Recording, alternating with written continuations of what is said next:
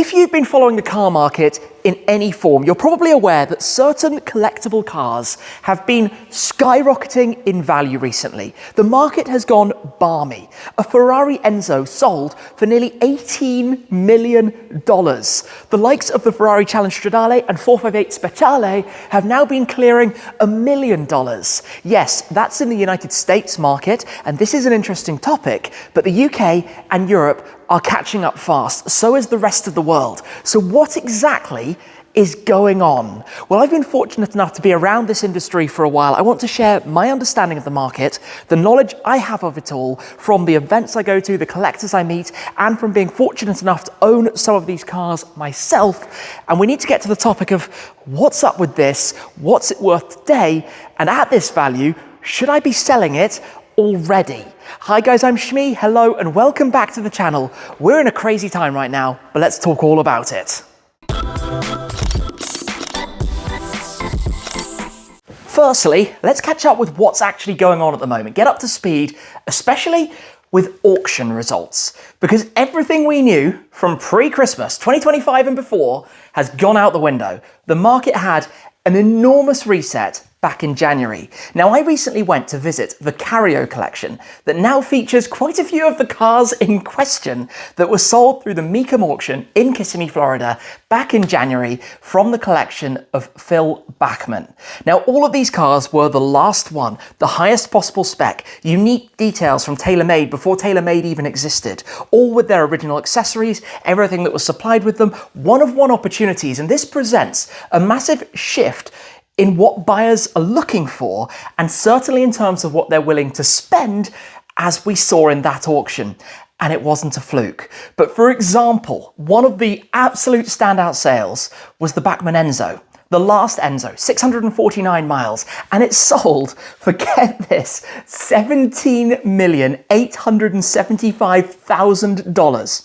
Nearly $18 million for an Enzo which had never previously even broken $10 million, but since quite a few others have. That's not all though. At the Carrio collection, the LaFerrari Aperta, that was an $11 million LaFerrari. The SA Aperta sold for $5 million. One of my favorite cars, but I've never seen one go close to that. The 509 GTO, $4 million.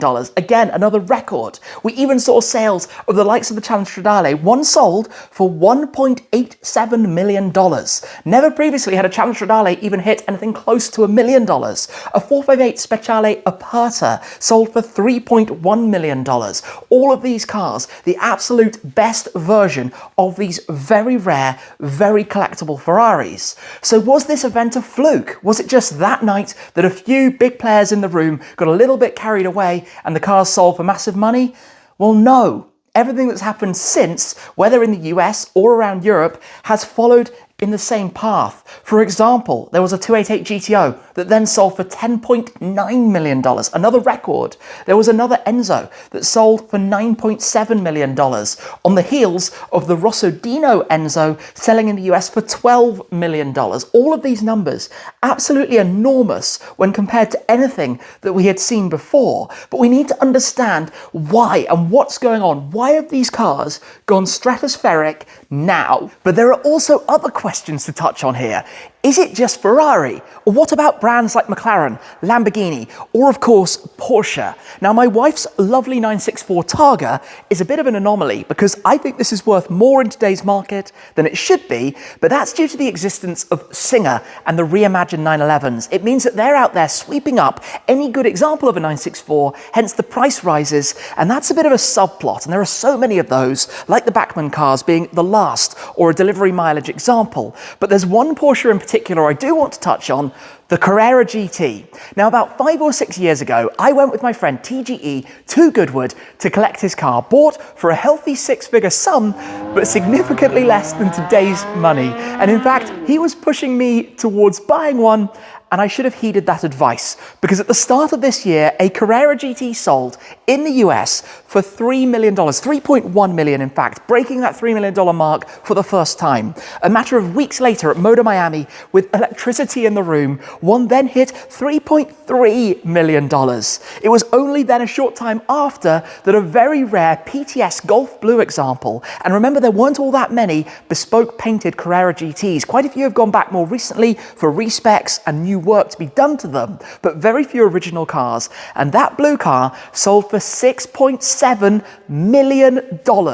Carrera GT ships have well and truly sailed off into the sunset. They have gone mad as well. But is this a symptom of the wider market? Are they being brought up by Ferrari? Is it Porsche? What about the other brands? There's more to unravel. And I think a lot of this boils down to how new cars have just got it wrong.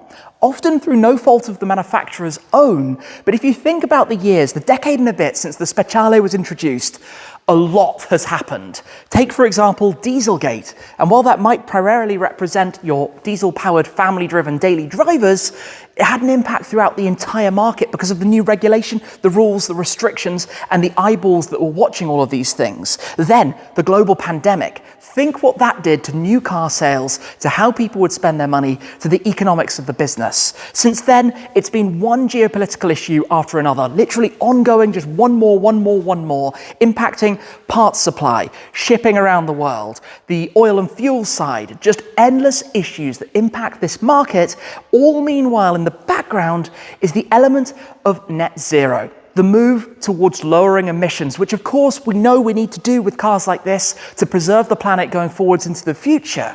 There was a video recently by Harry Metcalf of Harry's Garage, where he talked about quoted an article from the FT, the Financial Times, which had stated that over the last few months, manufacturers had had to write down $65 billion in investment and development of EVs because consumers just weren't there for them. $65 billion.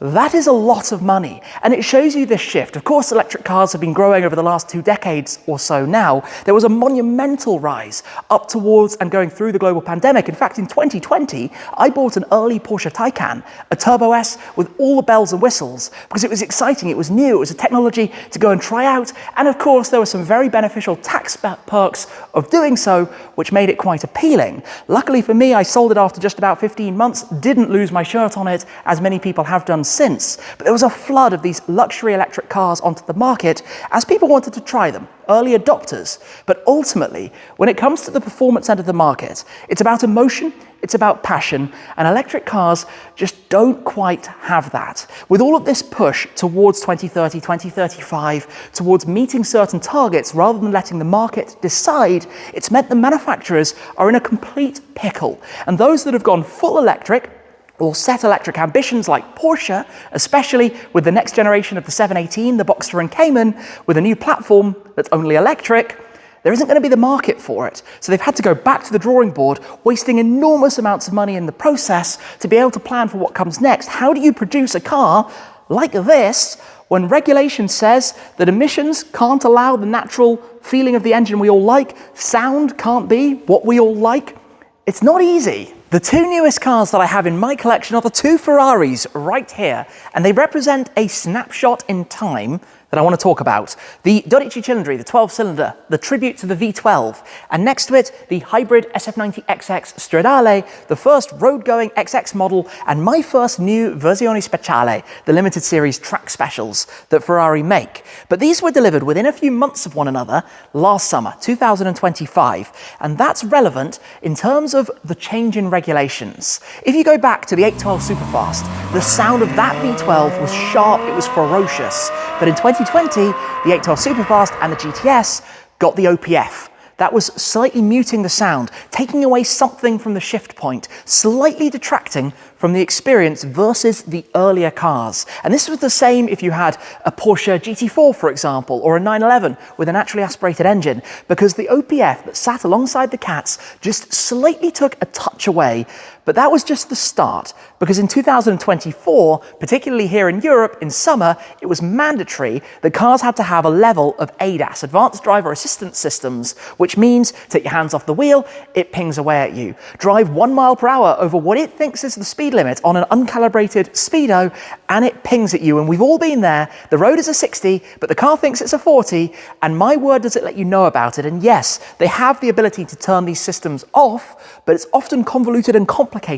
Some cars have one button that you press and hold, but you need to know where it is, and you need to remember where it is, and you need to do it every single time.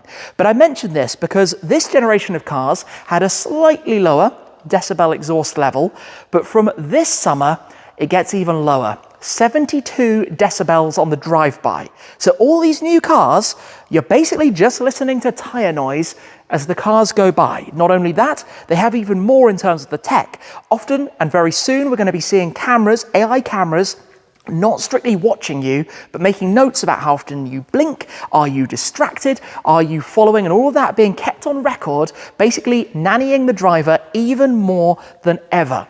And purists don't like this. Don't like this at all.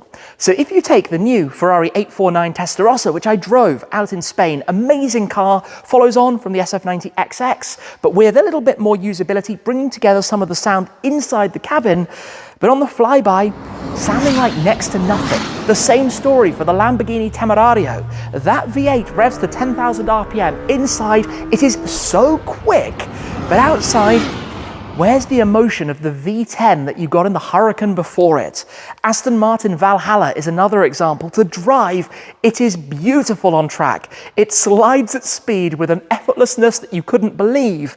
But in terms of road driving, it loses some of the spark. All of these new cars with screens, with tablets in front of you, and without the rawness of the sound. Yes, turbos, and McLarens were a big part of that, are really fast, but also turbos detract as well from the sound. OPFs, the beeps that you have inside. It's a very different prospect to the cars that you would buy only 6 or 7 years ago. When you've put all of that together, new cars are very expensive. We've not spoken about that, but prices have moved up significantly quicker than inflation.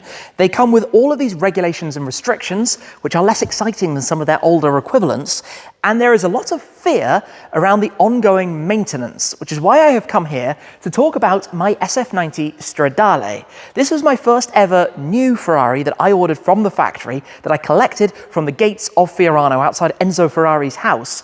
But that was a little over 4 years ago, which means the factory warranty period has now finished. And I want to talk about what that means in terms of the battery, in terms of future costs. So here in the UK, every Ferrari comes with a 7-year maintenance package. So for free, you will drop off your car at the dealer for service, they will look after it for you, and you will go and pick it up and bring it back home, whatever you do with it. Alongside that, it has 4 years of factory warranty, one more than the standard. Many manufacturers would be 3 years here, but you get 4 years for free with the purchase.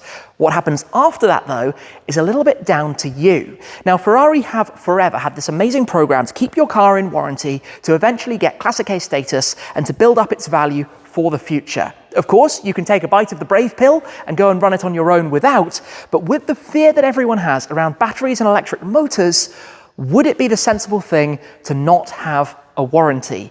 There are rumours that it costs in the £35,000 region to replace the system should you need to, but let's go the other way, because when I owned my first Ferrari, which was an FF, when its factory warranty ran out, I extended it, because keeping a Ferrari in warranty with some of the costs associated with a Ferrari is something I would often recommend. That back then was £3,360 for a year in 2017. Adjusting for inflation, today that would be £4,550 for 1 year of warranty. I mention this because this car now being over 4 years old, I have just had the inspection and I've just purchased another year of warranty, and up from £4,550 that I spent on the FF, for a car that costs 50% more than that car did, I should add, the warranty was £7,795 for 1 year of warranty to cover things that could go wrong with this car. Not just the hybrid powertrain, but the car itself in general.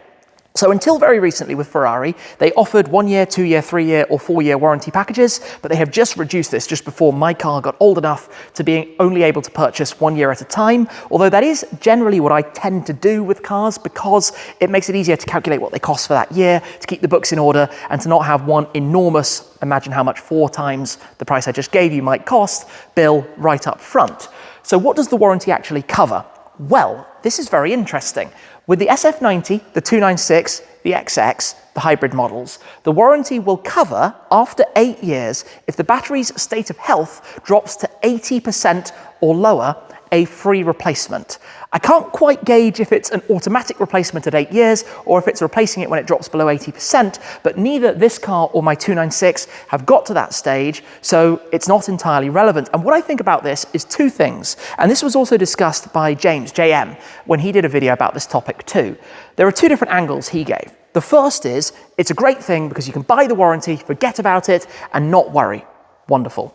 The other is, well, Ferrari are basically saying that the warranty is needed because the battery won't last. And I do see that point as well. However, from my perspective, I would have kept this car in warranty regardless because of it being an expensive car. And while £7,795 might sound like an awful lot of money, and it is an awful lot of money, what I'd like to remind you with a car like this is it's a fraction of the cost of the car. It's less than any owner of a car like this is probably paying on insurance anyway, and it's a very small thing in comparison with all of the other costs of running it, from the tyres to the other consumables like brakes should you ever need them, to even the fuel that you're going to be putting in it, to everything involved in the ownership of this car. It's just part of the bigger picture, and I think it makes sense. So I'm hoping that this will also increase the values, because all of a sudden you can have confidence buying an SF90 because they're going to run if it's been kept in warranty. So I thoroughly recommend doing that, as I will with this car going forwards. Why I'm talking about all of this in my almost podcast-like episode here is because it's going to lead us to what's happening, to understanding the values of a car like this. In the current market, the new cars are getting seriously hammered in terms of depreciation, because despite, as I've mentioned, the warranty, and I know the Ferrari system best because I've literally experienced it myself with the SF90, there are so many fears around these costs, whether it's the Revuelto, the Temerario, whether it's any manufacturer's electrical hybrid system, and people are feeling incredibly nostalgic simultaneously. So put together a dramatic increase in pricing. New cars are very expensive at every level of the market compared to what they used to be, significantly more than inflation. Increase the production numbers, there are lots of all of these new supercars. However limited they might feel, there are more of them than the previous generation, pretty much across the board. And then add what's going on around us, which is all a little bit chaotic and people not really knowing what's going on. Take away the excitement of driving them, because let's be real, they've all become so fast, it's irrelevant. At this level, I remember when a 458 Italia and a Speciale came out, you looked at the numbers and you were excited by how much faster the new one was than the old one, but nobody cares anymore because they're all beaten by an electric saloon family car anyway. So what's the point in the performance side? Take away the sound and the drama and the excitement alongside that, add in some extra cost of how expensive the parts are if anything gets damaged, or of course the maintenance and ongoing running, add in even more of the nostalgic element which all of us petrol heads will have in some form towards a car like this from peak car, and that's going to be a topic for another video, and you have this concoction that is completely flipping the market upside down. But that's not the biggest thing. The biggest factor, in my opinion, that influences cars like the Speciale and some of the cars I told you about in the auctions earlier is that cars have become an investment asset class. Cars have become appealing to banks, to players with a lot of money that they don't mind locking up for the very long term, so the market price today isn't so relevant. And I find this fascinating because I'm not saying there aren't collectors that want to drive the cars and enjoy them. I'm just saying that this shift we've seen in recent years of limited model numbers, of cars that are incredibly nostalgic but will never be made again, becomes very interesting to people with the big money. I'm not talking people who have a private car collection. I'm talking the banks, the companies, the people who can go out and spend hundreds of millions on building up a car collection regardless of what it costs today, because it's about what it costs in 50 years. Then throw into this mix loads of other factors that play a part in this.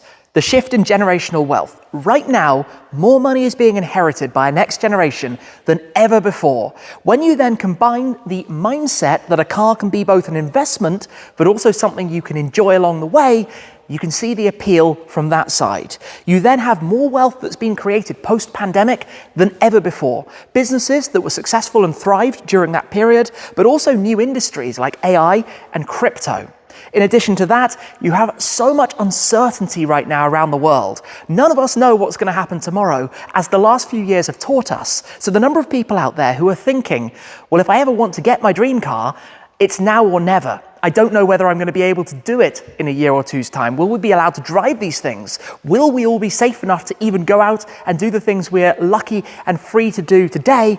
Nobody really knows. Now, of course, this is relevant to a very small group of people, but we're also talking about a very small group of cars, so it's very easy for them to start going up. Add a fear factor at the moment that if the prices keep doing this, you might miss that boat, and then you could no longer do it, and more people are pushing into things, which in turn drives it all up even more. And where will this go?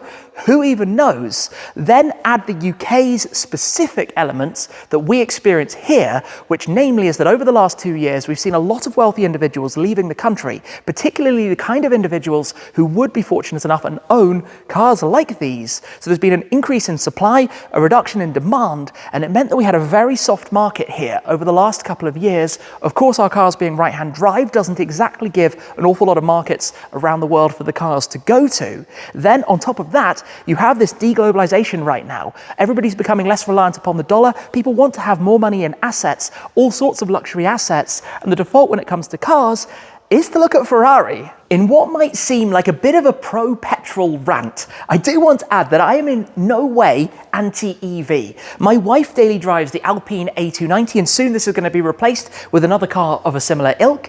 And then I currently drive the Skoda Elroq VRS. So both electric cars for our normal running, because in reality, for daily driving, for A to B journeys, where you've got to go somewhere, do an errand, go to the shops, just sit in a car where you want a calm, quiet, tech-filled, effortless experience, electric cars do it better than cars with combustion engines. Yes, I said it. So for us and what we do, it's super simple. When you're not going somewhere that's a particularly long way away, or when you're not going out to drive, because it's about the driving experience. And this is where A to A cars are very different. And what this video is about, the kind of car where it's about the emotion, where it's about the feeling that you have through your spine of the engine and the vibrations, the smell and the sounds. It's about the cars that appeal to petrol heads, which is such a tiny segment of the market, but it's a segment that's so aspirational, that's so about inspiring people about the technology, about the engineering, about the performance, and about captivating the imagination and the heart.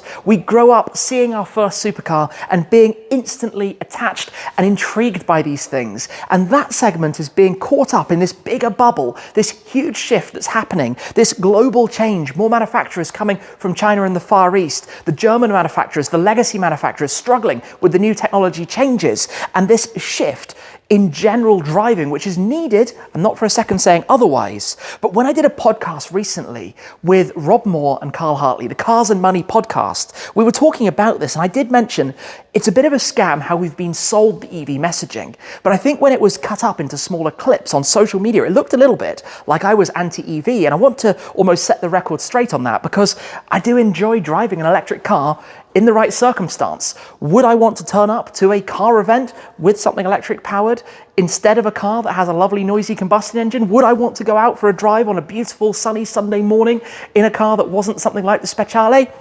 Well, that's a harder thing to try and sell. Going back to the topic here about cars as investments and where all of this is going, one topic I want to touch on is it all about Ferrari? Is it all about the brand from Maranello? Because I find this particularly interesting. Yes, I touched on Porsche Carrera GTs and the way they've been soaring, as many other Porsche models have as well. Cars like the Lexus LFA have been soaring up in value, frustratingly for those of us who would have loved to have bought one.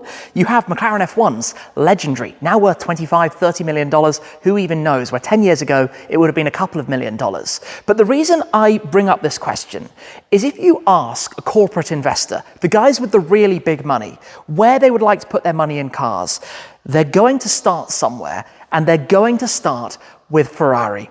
the history of the brand, the mystique around it all, the stories of Enzo Ferrari, the motorsport successes in so many different classes, even if Formula One has been weaker in recent decades, on-the-trot wins at the 24 Hours of Le Mans, so much success with the 296 GT3, every race series that you can think of, Ferrari have had some success with it.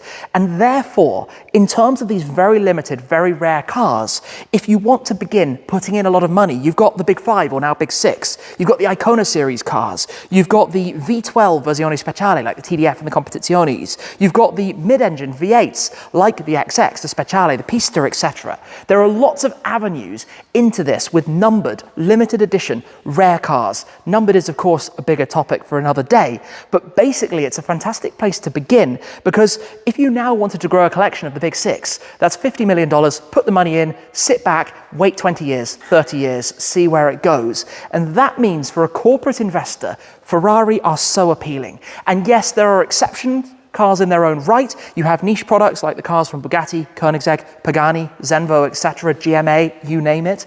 But in general terms, Ferrari is a very safe bet. Ferrari is equivalent to the Rolex of the watch world, the Hermès Birkins of the handbag world. Ferrari sits on a pedestal at the top of this pyramid that everything else moves with it. If Ferrari have more success, the whole industry has more success. A wonderful case in point of this is the McLaren 675 LT, the direct competitor to the 458 Speciale, a car that I have been singing the praises of for what feels like literally 11 or so years now. I mean, it has been, because this, in my opinion, as an owner of both cars, is superior in terms of chassis dynamics. It is a faster car, it is a better car, it is a rarer car. It doesn't have the sharpness of the sound or the Ferrari badge. And for a very long time, these cars, which in coupe form were low 300s, in Spider form are high spec, mid 300s, have been sitting at around the £200,000 mark. And to me, it has always felt like such a better car than that price point, an extraordinary deal to purchase. But what's happened in the last few months, as 458 Speciales have gone up, so have these. The competitor, this is finally now up to about £300,000, which is where it should always have been. But it took the Ferrari market moving for this to come with it. Even though it's one of 500 of the Spider, there are 500 coupes. That's less than the Spiders or coupes of the Speciale. Even though it's got the carbon tub, F1 style rocker paddles, so much tech in it that comes from Formula One, it's got significantly more performance, nearly 100 odd horsepower more as well. Basically, as a car, so much in every possible way. But it took the Ferrari going up before the McLaren followed suit. This brings us back in an incredibly roundabout way to the original question: should I sell my 458 Speciale? The car that I have owned for 8 months now. But to understand a bit more of this, let me set the context of this specific car, which I bought last summer. At the time, the UK Speciale market varied between approximately £275,000 and £350,000, depending on spec, mileage, condition, etc. This car was auctioned.